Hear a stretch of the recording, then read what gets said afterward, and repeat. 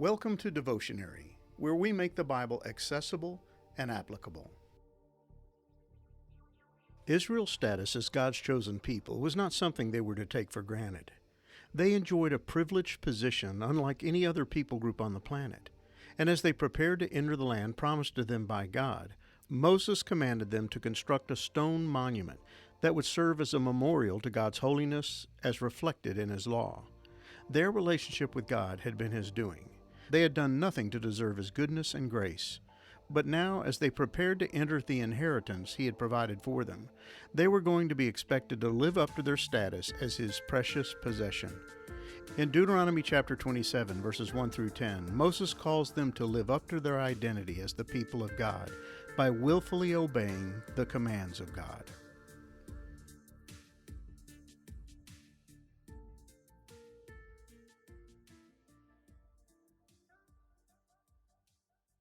Now Moses and the elders of Israel commanded the people, saying, Keep the whole commandment that I command you today.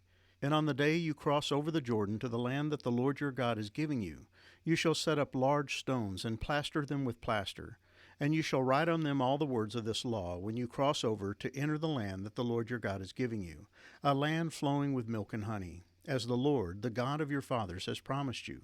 And when you have crossed over the Jordan, you shall set up these stones, concerning which I command you today, on Mount Ebal, and you shall plaster them with plaster. And there you shall build an altar to the Lord your God, an altar of stones. You shall wield no iron tool on them.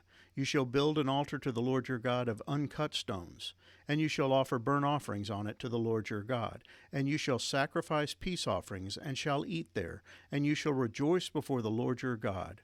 And you shall write on the stones all the words of this law very plainly. Then Moses and the Levitical priests said to all Israel, Keep silence and hear, O Israel. This day you have become the people of the Lord your God. You shall therefore obey the voice of the Lord your God, keeping His commandments and His statutes, which I command you today. Deuteronomy 27, verses 1 through 10. Moses finally concludes his recitation of the law to the people of Israel. And having completed this important task, he provides them with a final set of instructions. First, he adds one last command to the long list he has given them, that they obey every one of the laws. And to help them keep that commitment, Moses instructs them to build a memorial and an altar to God. The memorial would be made of stones covered in plaster, on which they were to inscribe every single one of the laws God had given them. We're not told if this was simply a synopsis consisting of only the 10 Commandments, or if it included the entire code found in the book of Deuteronomy. But the important point is that the law given to them by God was to be permanently recorded in stone and placed on Mount Ebal, where all could see it. This site would become a symbol of Israel's sacred covenant relationship with God. He had set them apart as His own and given them His law as their official code of conduct.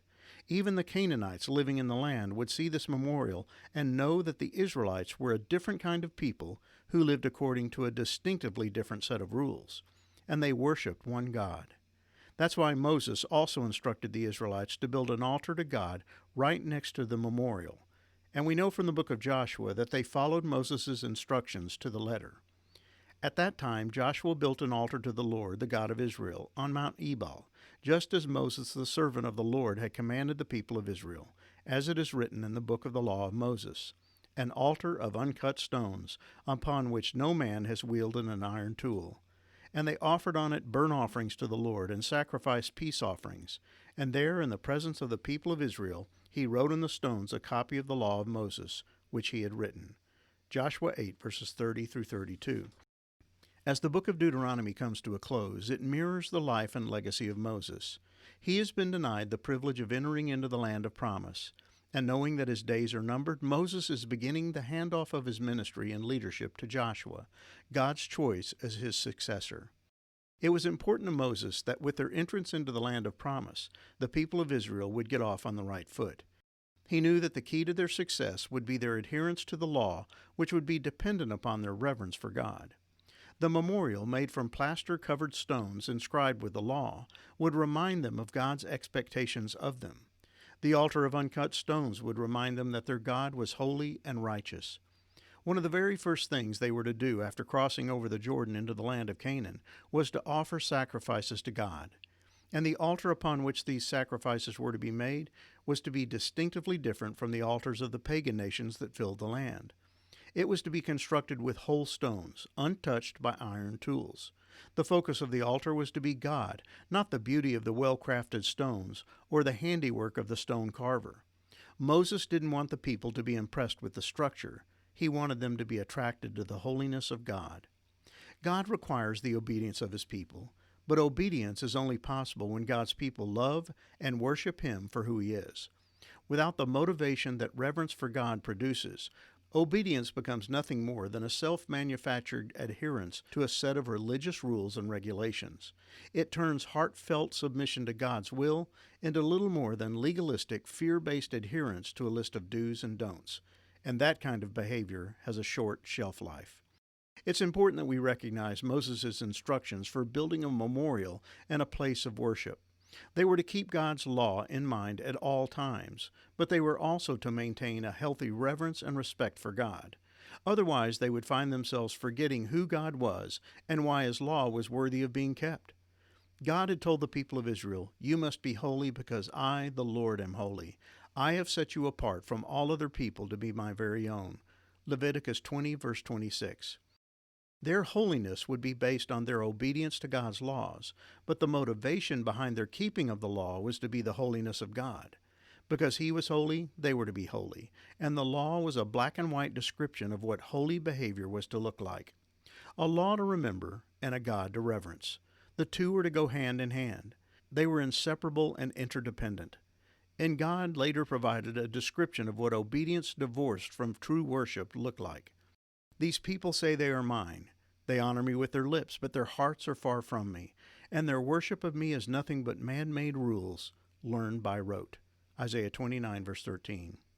Heartless obedience is ultimately nothing more than self-effort masquerading as the worship of God. It's insincere and wrongly motivated. It's not based on an accurate view of God, and so it ends up creating a false form of worship that is based more on self-merit than the worthiness of God. The law was to be a constant reminder of God's expectations for mankind, but the altar was where men came to express their love for and dependence upon God. They were to bring their burnt offerings and peace offerings to God. A peace offering was also known as a fellowship offering and was intended as a means for the people of Israel to offer praise to God for his goodness, mercy, and grace. It was not associated with sin, but was tied to the generosity and compassion of God. It was a voluntary sacrifice, and the book of Leviticus provides a description of what it entailed. This is the law of the peace offering sacrifice, which he is to present to the Lord. If he presents it on account of thanksgiving, along with the thank offering sacrifice, he must present unleavened loaves mixed with olive oil, unleavened wafers smeared with olive oil, and well-soaked ring-shaped loaves made of choice wheat flour mixed with olive oil. Leviticus 7, verses 11 through 12. The sacrifice was to be eaten by the one who gave it. So it was offered as a form of thanksgiving to God, but the giver was allowed to enjoy the blessing God had bestowed. The burnt offering was typically tied to sin and man's need for forgiveness. It involved the complete destruction of the animal, which served as a stand-in or substitute for the one making the offering. The smoke that ascended from the offering was to be a soothing aroma to the Lord, Leviticus 1:9, propitiating or satisfying the righteous anger of a holy God for the sins committed by the one making the offering. It was intended to renew the relationship between a holy God and sinful man. The altar was to be a place marked by confession, forgiveness, and rejoicing. And Moses reminds the people that when they come to the altar, they were to rejoice before the Lord their God. They were to find joy in his provision for all their needs and his forgiveness of all their sins. He would provide them with food to assuage their hunger and a sin substitute to satisfy his righteous judgment. God was going to give them plenty of reasons to rejoice, but it would begin with their adherence to his law, which would be based on their reverence for his holiness.